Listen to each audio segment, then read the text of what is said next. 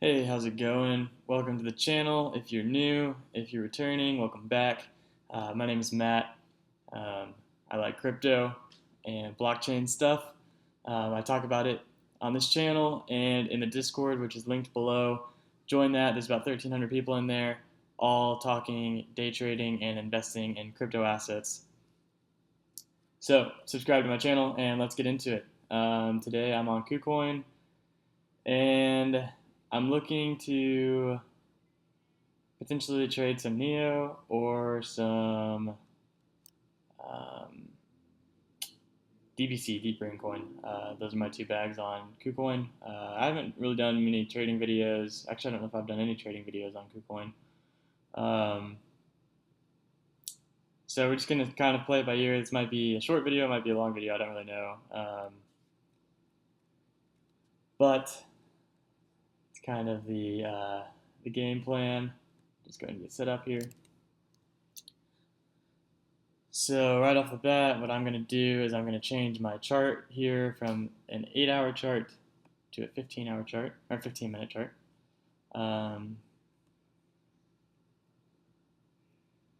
am also going to go ahead and get rid of these EMAs because I don't really care for them right now. I am trading to USDT just because, well, we're going to play it by ear. I might trade back to Ethereum, but I'm trying to trade to USDT just so I can keep it simple on the numbers front. For y'all so y'all can see my entries and exits easier. I just think it's easier to track. KuCoin does do their depth chart down here, which I find annoying. I like to see the depth chart real big, which I think you can actually potentially change. Oh, nope. Yeah, I don't really know. I'm figuring this out as we go, partially. Because I think you can like drag stuff here, maybe not. But anyways, let's go ahead and reset that.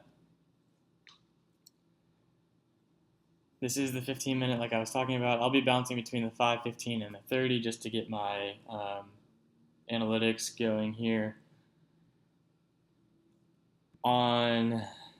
So where's the volume here? There is 437,000 Neo traded, or 437,000 US dollars traded to Neo here. Let's see what it is on Ethereum. 896 Ethereum. We'll see which one's moving more, and I'll just trade it whichever one is moving more right now. It's about the same chart. Less buy walls here, also a bigger spread. So a spread is when you don't have the buys and the sells touching each other, so it's spread out. Spreads make it challenging to trade typically because the price isn't moving super fast. So here we see the spread is 13.2525 to 130. That means any market orders take that percentage change on it, which isn't ideal. So let me go back to USDT because I didn't see if there's a spread on that or not.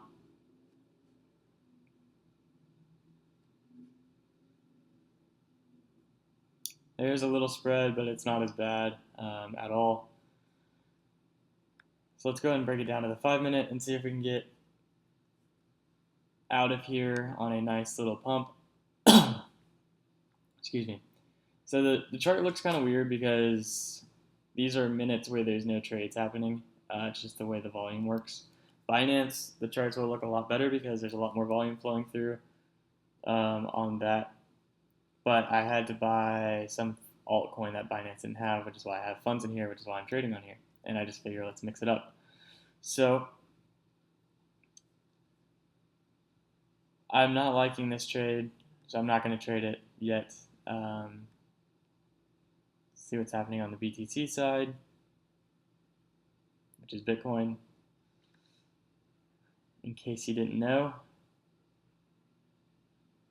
Basically, what I'm looking to do right now is I'm looking to obviously sell when it's high, and okay, yeah, I'll talk about this in just a second. I want to sell when it's high and buy back when it's low. That's how you successfully trade. Right now you can see that the volume is tighter because all the candles are actually touching, which is a good sign. We can see here at the bottom that there is a nice little buy wall forming right now, which would probably be this 50, I'm assuming. There is a spread, so we're going to have to try and navigate that a little bit. But check out that candle that just shot up. What I'm going to do now is I'm going to add an RSI in here so we can figure out when it's overbought or oversold. Huge sell wall here. That would have been the sell point at 122. So I'm actually going to go ahead and place a sell order right below this guy for all of my NEO.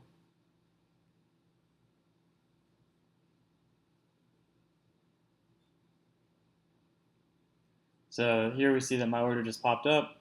We're still on a big sell wall. I'd be looking for re-entry at 11.9 potentially. Let me break it down a little deeper into the 15 range. And let me add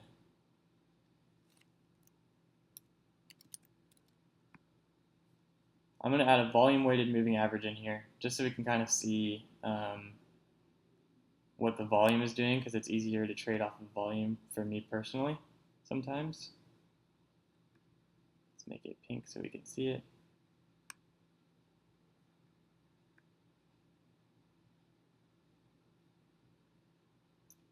Okay, so here we see that my order at 12.29 is no longer around here, and that's because the spread is tightening. So I'm actually going to go ahead and cancel that order. And I'm lucky because I'm in the profit right now, so really I'm just trying to trade for extra NEO. My goal in this is to get extra NEO, that's why I'm paired to NEO. So what I'll be doing is I'll be selling the Bitcoin, and then when I buy NEO, my goal is to buy NEO at a cheaper price, that way I get more NEO in order to continue to hold, right?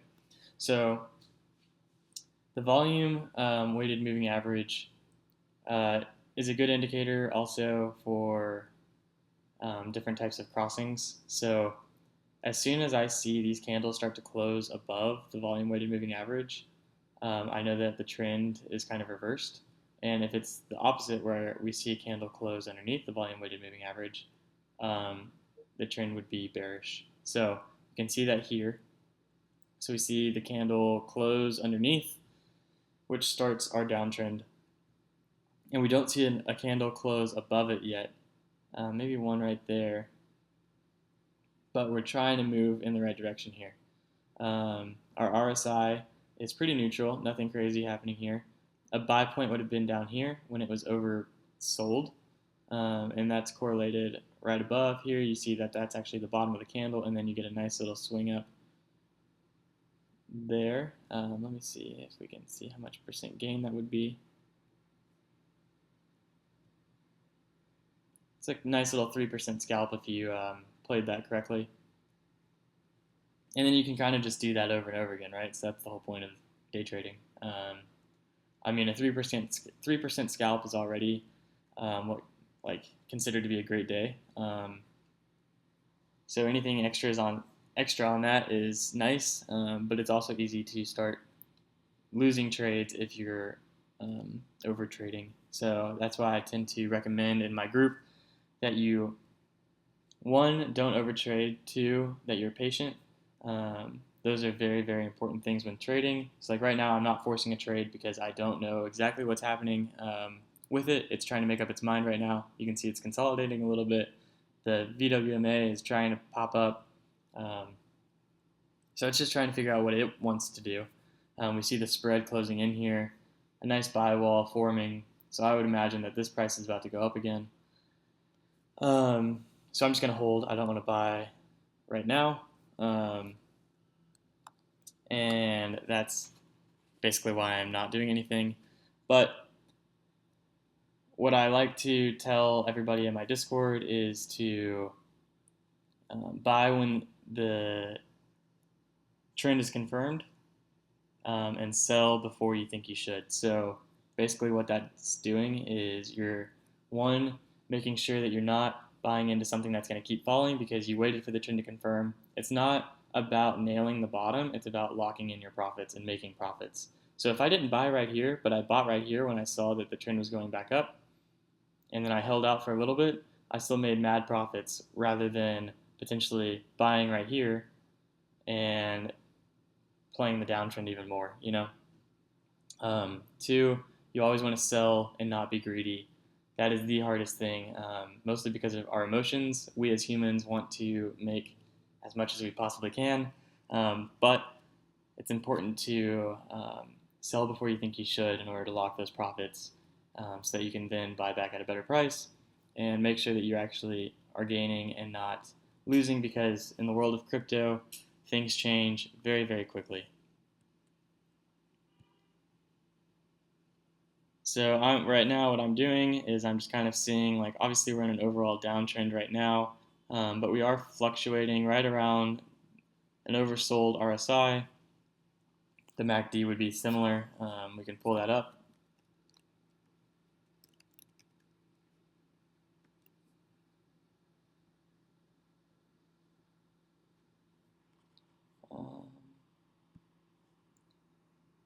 So the MACD did just cross on the 30-minute, which would signify that it is looking more bullish. Bullish meaning up. I tend to only use MACD really on the 1 hour personally. That's just me. You can use a stock RSI if you wanted. But now I'm gonna I just kind of fluctuate between all these different times just to kind of get an idea of what's happening, right? So right here, what I would say is that this looks to be forming some sort of pennant. I would expect these candles to just continue to kind of consolidate a little more. It's going to be hard for it to get through this 1224 number, just because you can see that it's been touched a couple times. We have one touch, two touch, 3, 4, 5, 6, and that's if you're playing wicks. If you're not playing wicks, it's going to be hard to get through that 121 number. This is a little more of a hard number, I would say, than the wicks are. I tend to trust the candle number more than the wick number. Wicks are formed by quick buying and selling. That's the easiest way to say that.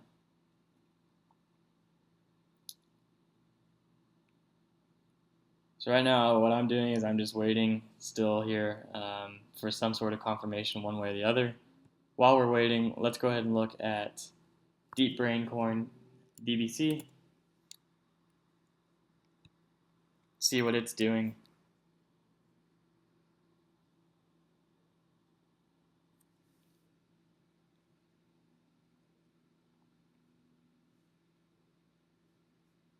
I don't care for this MACD, so I'm going to go ahead and drop it so I can get more candle view here. Let's look at it on the 15. And you can see that it got rejected here and it's going to keep falling. This is one of my long holds, so I'm kind of torn on if I actually want to trade it or not without like legit confirmation. I have about 6,000, so I'm about on average with all these other buys and sells going on, which is kind of fun. Again, I'm not really looking to sell a position necessarily unless it's up in the 70 range, because I would rather confirm it. But I would love to see it bounce off of this double bottom here for a quick rebound. That would be really nice. Right now you can see that we're trying to kind of get a little bit going here. And it would run a little bit up until 0.13. Not a ton of sell pressure until then. So one potential play here would be to look at it at a potential bounce here. If you weren't in this position yet, I'd be looking at a potential bounce. Once the bounce was confirmed, I'd then be looking to exit a little bit before 0.13 when all these sells start flying in at 0.129 or so. But you do see that we have a big block here at 0.1212.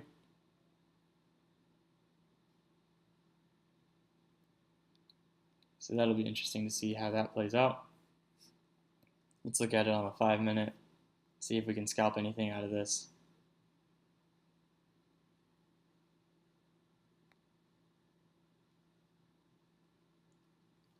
Big wall just popped up here. We're just going to push it down. I'd like to see it bounce off of 11.7. But there's not that big of a wall at 11.7 here, so it's hard to see, but we do have a bigger wall. I can't see the wall here.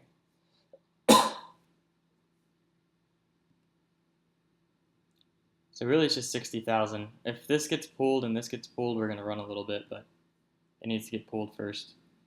The overall pattern is still descending. So not a whole lot of interesting stuff going on right now,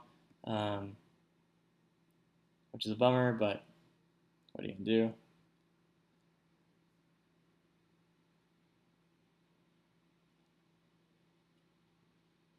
Not hardly any volume on the USDT side. Let's look at the NEO side.